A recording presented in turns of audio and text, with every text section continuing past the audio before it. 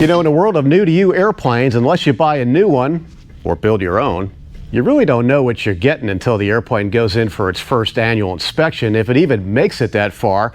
Man, I'll tell you, I've got some friends that have bought some used airplanes, and they've had some expensive surprises in the first couple of weeks of ownership. It doesn't have to be that way, especially if you do the right pre-buy inspection and spot the big stuff. But don't underestimate the little stuff that can add up, and it's all stuff that you could bring to the negotiating table before you sign away for the airplane. Here's a short list. Let's start with the aircraft's antennas, and these are accessories that are often overlooked. This Piper has got a couple of fiberglass whip antennas that live on the top of the airplane, one for COM 1, one for COM 2. And what you're looking for with antennas is any signs of cracking or damage at the base of the antenna.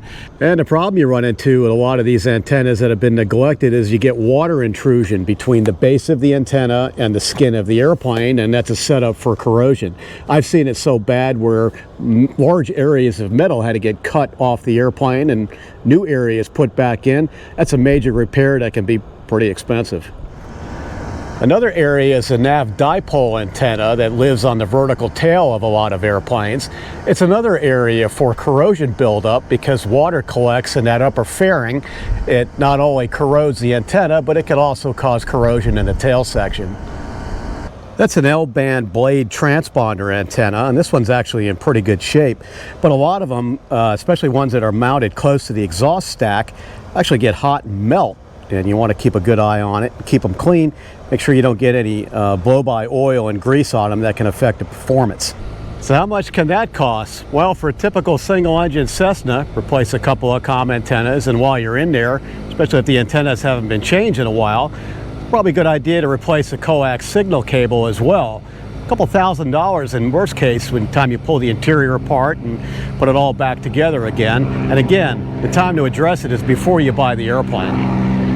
Other items that are overlooked are the aircraft windows, plexiglass, and a lot of people think they're more cosmetic, but they're actually a safety of flight issue. You got to be able to see through them.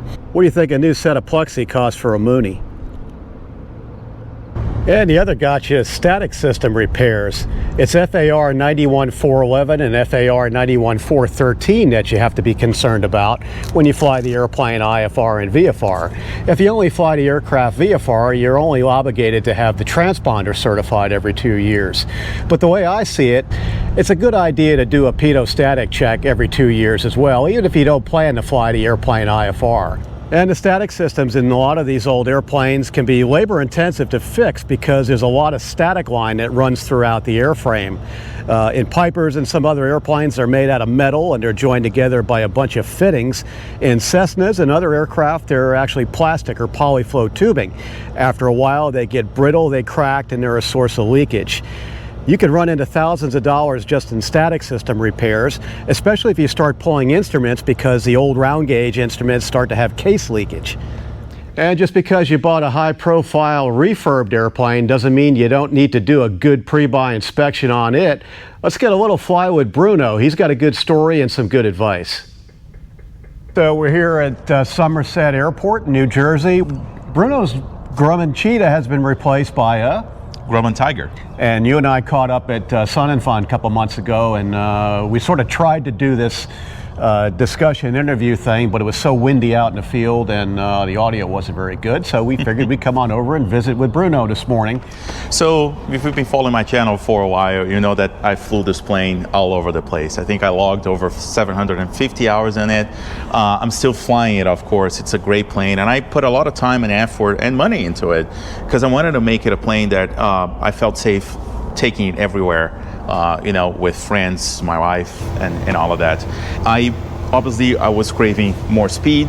I was craving more useful loads so I could carry more weight or more people in the plane. But I still wanted something that felt familiar, was modern, had, you know, the best avionics, and was in a good IFR platform. To me, that translated into a Grumman Tiger. I was always a Grumman guy. I fell in love with Grummans ever since I started flying this plane. And it also became a part of my brand. So if Bruno upgraded to a Comanche or a Bonanza, I mean, I would definitely love to fly those planes, but it didn't really fit me. I think my story with Grummans is something that everybody knows about, and I definitely wanted to continue. And when the opportunity of buying what I would consider to be the most famous Grumman in the world, which is a Grumman that the entire aviation community watched transform from a 1978 stock plane into the most modern, most beautifully painted Grumman Tiger probably flying today. I knew there was an opportunity for me. For Bruno to have that plane felt like the most natural next chapter of my story. I would still be flying a Grumman, but a Grumman that was better equipped, was faster, could carry more weight, had all the possible upgrades you can legally add to a Grumman Tiger. So that felt like a natural transition. So buying a new plane isn't a simple process, and from the buyer's perspective, there's a lot of homework you want to do before, so you don't fall into traps or don't get caught up with surprises down the road. The process of buying or even looking at this new Grumman Tiger, despite it being a plane that everybody knew the story, everybody watched, be upgraded and refurbished and transformed over the past 3 years, I think. I did go through the normal process that any buyer really should go through before picking their aircraft, and that included a very thorough pre-buy inspection. And the thing with Grummans is that this plane does require a lot of very particular things to be cared for over the years if you're an owner. So I knew what I was looking for, or the things that I should be looking for when I decided to buy this Grumman Tiger. It was across the country. It was in California. I live in New Jersey, New York, and so I flew out there, found a mechanic that connected with my trusted mechanic here in New Jersey, or on the East Coast rather, and we actually did a pre-buy over FaceTime, which was kind of cool. But like I said, despite this being a plane that had been renewed and refurbished and everything, I did want to look underneath the hood and underneath the paint and everything. It looks great on the outside. I wanted to make sure that it looked great on the inside too. So we did things such as look at the wing spar, which is Grummans are known for building rust, and that calmed down the plane. So we definitely looked at that. We also pulled the nose gear fork, which is something that you don't do in other aircraft, but in the Grummans you have to do it every annual, because if you get corrosion on that fork, that part isn't made anymore. So it means that if had I found something there, that plane wasn't probably going to be airworthy. So and the importance of having someone do your pre-buy that actually knows the aircraft you're buying is very important, because down the road, had I not looked at any of those things and found 2-3 years down the road that those were issues that I should have addressed or even maybe seen before, could put me in a difficult position, or having a plane that wasn't really airworthy anymore. So once I looked at all those things and I was satisfied with the plane, I went back there again because I wanted to fly the plane by myself and familiarize myself with the plane. It is a Grumman. It behaves much like the Cheetah, but it has more power. It's a little bit more nose heavy because the engine is bigger. So I wanted to make sure that I was getting myself acquainted to how it handles, how it flies, the new avionics, like everything is sort of like a little bit intuitive, but at the same time you want to build that muscle memory of where your hands go to touch things, to change the radius, to use the autopilot and all of that stuff. So I went out there and spent 2 days just flying the plane by myself, just making sure that I was feeling comfortable with the plane. And then 1 month later, I actually flew there again with a friend and started the journey to bring the plane back from California to home.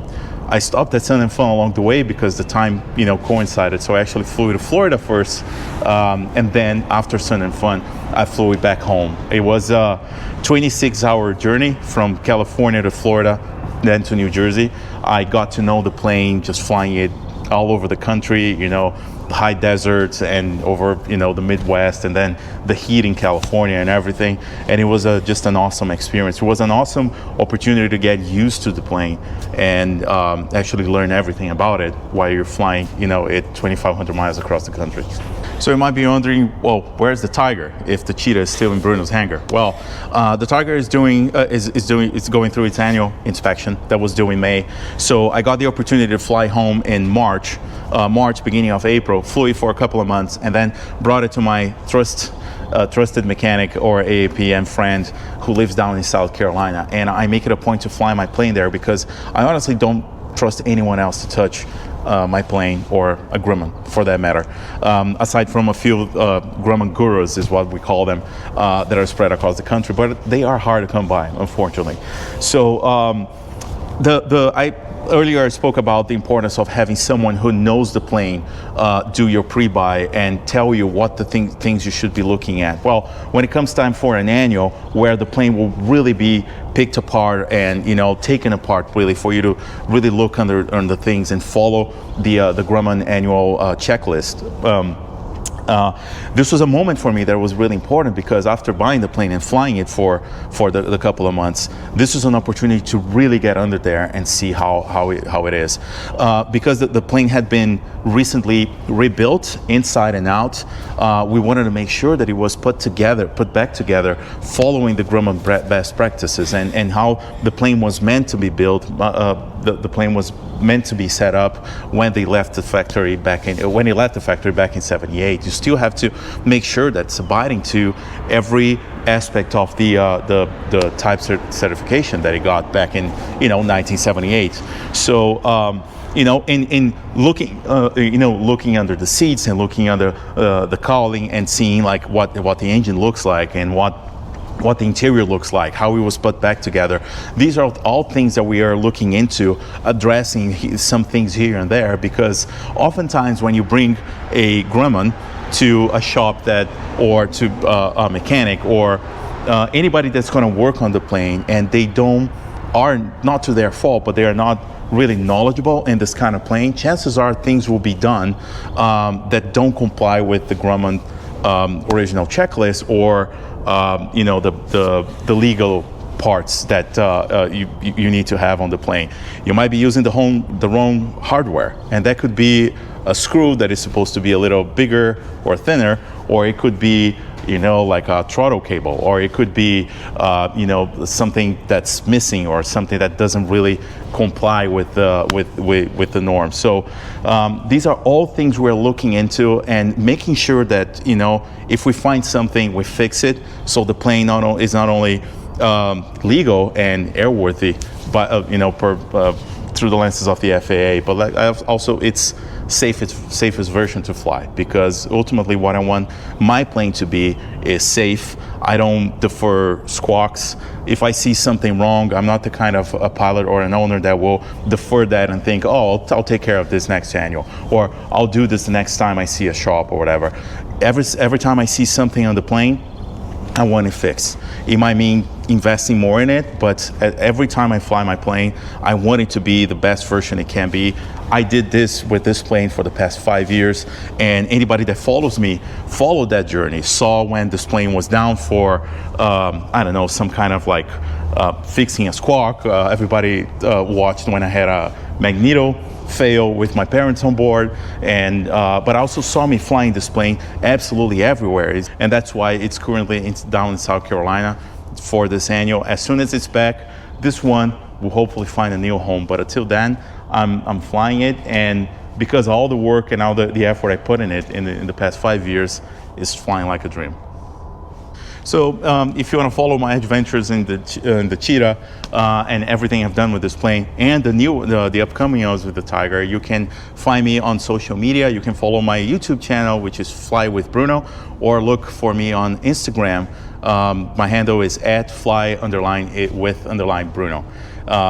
Basically, it's where I am all the time. I share a lot of my story with flying this plane. I show the good and the bad of plane ownership, and I try to just give some advice for pilots that are starting their aviation journey, aircraft owners or pilots who are thinking about owning a plane, what it's like to own a plane, what are the costs you need to be aware of, and also, but most importantly, I think the reason why I film my flights and I put together these stories is to show that general aviation can really change your life. There's a lot you can do with a plane. There's a lot of experience, moments and memories you can build for yourself and others when you have a plane. It certainly changed my life, and I want to encourage those who are on the fence about getting a plane to actually go after that dream and hopefully have their lives change too.